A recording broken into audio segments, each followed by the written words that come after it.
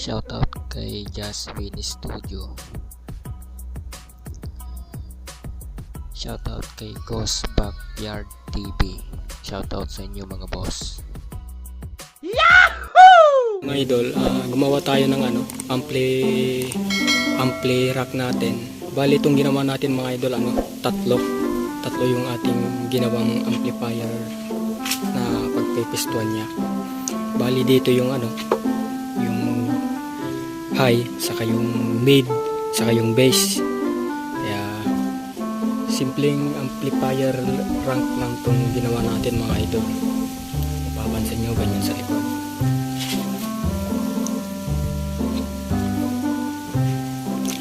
So update ko kayo mga idol pag napinturaan na natin to.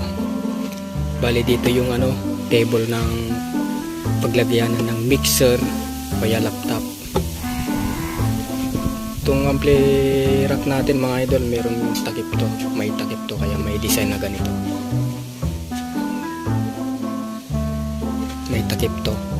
Saka dito sa baba may takip din dyan para hindi masagi yung mga volume, controller at iba pa. Ganon din dito sa taas para hindi galaw-galaw yung laptop o mixer. So hanggang dito lang mga idol.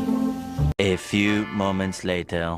So yun mga idol, ito na po yung ating amp rack na ginawa. Bali yung sinasabi ko nga, tatlong amplifier yung pwedeng ilagay dito sa amp rack na ito.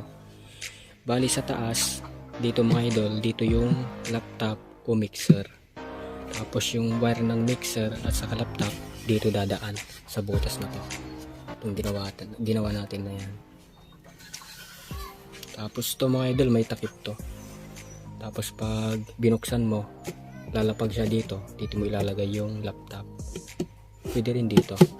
Pero kung may mixer, dito yung mixer, dito yung laptop. Tapos bali ito yung magdadrive sa ating high, mid, at saka bass. Ace 2005 Cara version X-Bass. Yan lang yung setup natin sa New Year mga idol. Simpleng setup lang. Tapos itong mga speaker natin, ito sila.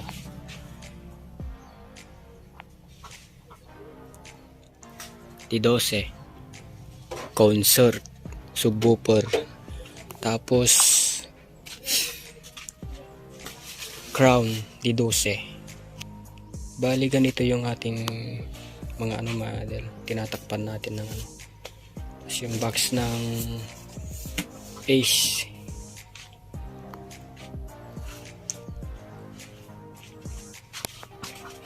So ganyan lang mga idol yung setup natin sa New Year.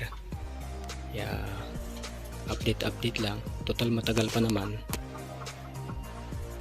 Sinshare ko lang ngayon mga idol. Simpleng setup lang mga idol. Ganyan lang yung ating nakayanan. Yan yung magdadrive sa ating bass na dalawa, tapos mid at saka high.